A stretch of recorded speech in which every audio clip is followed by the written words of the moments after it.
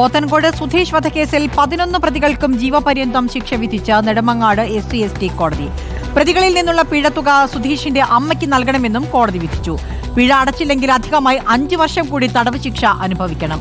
കേസിൽ മുഴുവൻ പ്രതികളും കുറ്റക്കാരാണെന്ന് നെടുമങ്ങാട് സ്പെഷ്യൽ സെഷൻസ് കോടതി ജഡ്ജി A. ഷാജഹാൻ കഴിഞ്ഞ ദിവസം വിധിച്ചിരുന്നു. തലസ്ഥാനത്ത് ഏറെ കോളിളക്കം സൃഷ്ടിച്ച കേസിനാസ്പദമായ സംഭവം നടക്കുന്നത് 2021 ഡിസംബർ മാസം 11-ാം തീയതിയാണ്. ഈ കേസിലെ 1-ാം പ്രതിയായ സുധീഷിന്റെ സുഹൃത്തിനെ ദേഹോപദ്രവം ചെയ്തതിനും അമ്മയെ അസഭ്യം പറഞ്ഞതിനുമുള്ള വൈരാഗ്യത്താലാണ് കേസിലെ 3-ാം പ്രതിയായ ഒട്ടകം രാജേഷിന്റെ നേതൃത്വത്തിൽ സുധീഷിനെ കല്ലൂരിലെ സജീവിന്റെ വീടിനുള്ളിൽ വെച്ച് കാൽ വെട്ടിയെടുത്ത് കൊലപ്പെടുത്തിയത്. വെട്ടിയെടുത്ത കാൽ ഉയർത്തിപ്പിടിച്ച് നാട്ടുകാരെയും വീട്ടുകാരെയും കാണിച്ച് പ്രതികൾ ആർത്ത് വിളിച്ച് അട്ടഹസിച്ചുകൊണ്ട് അവഞ്ചർ ബൈക്കിൽ കയറി കല്ലൂർ ജംഗ്ഷനിൽ കൊണ്ടുവന്ന് പരസ്യമായി എറിയുകയാണ് ഉണ്ടായത്.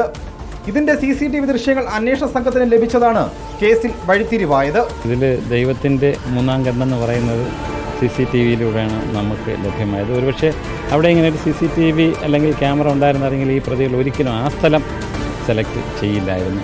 കേസ് അന്വേഷണത്തിന്റെ ആരംഭം മുതൽ ഒട്ടകം രാജേഷിന്റെ നേതൃത്വത്തിലുള്ള കൊട്ടേഷൻ സംഘം പബ്ലിക് പ്രോസിക്യൂട്ടർ ഡോക്ടർ ഗീനകുമാരിയെയും അന്വേഷണ സംഘത്തിന്റെ നേരെയും നിരന്തരം ഭീഷണി ഉയർത്തിയിരുന്നു.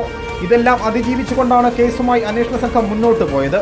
ഇവർക്കുണ്ടായിട്ടുള്ള ത്രെട്ട് ചെറുതല്ല. ഇവരിങ്ങനെ വളരെ ലഘുവായി പറയുന്നെങ്കിലും ഷാബു, അതുപോലെ തന്നെ ശ്യാം, അർഷാദ് ഒക്കെ തന്നെ ഇന്നൊരു പക്ഷേ വിധി മറിച്ചായിരുന്നെങ്കിൽ ഇതായിരിക്കില്ല എന്നാണ് ഞാൻ പ്രതീക്ഷിച്ചത്. 2 കൊലപാതക കേസുകളിലെ പ്രതിയായ ചിറയൻകീഴ് അഴൂർ സ്വദേശി ഒട്ടകം രാജേഷായിരുന്നു ഈ കേസിന്റെ മാസ്റ്റർ ബ്രെയിൻ.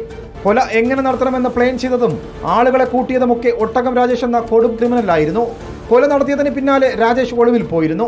രാജേഷിനായുള്ള തിരച്ചിലിനിടയിൽ കടയ്ക്കാവൂരിലെ വക്കംപടയിൽ കടവിന് സമീപമുള്ള കായൽ തുരുത്തിൽ വള്ളം മറിഞ്ഞ് അന്വേഷണ സംഘത്തിലുണ്ടായിരുന്ന ബാലു എന്ന പോലീസ് ഉദ്യോഗസ്ഥനും മരണപ്പെട്ടിരുന്നു. ശരിക്കും പറഞ്ഞാൽ ഇത് 2 കൊലക്കേസെന്ന് വേണമെങ്കിൽ പറയാം. ആണെങ്കിൽ ഒരു ആളിനെ കൊന്നു, ആ പ്രതികളെ പിടിക്കാൻ പോകുമ്പോഴത്തെ ഒരു പോലീസുകാരൻ മരിച്ചു. ആ ഒരു ലെവലിലേക്ക് അത് ഓർമ്മിക്കുമ്പോഴുള്ള ഒരു വിഷമമാണ് ഇങ്ങനെ കണ്ണീരായിട്ട് വരുന്നത്. നെടുമങ്ങാട് SC/ST സ്പെഷ്യൽ കോടതി ജഡ്ജി A. ഷാജഹാനാണ് നാളെ വിധി പുറപ്പെടുവിക്കുന്നത്. റിപ്പോർട്ടർ, തിരുവനന്തപുരം.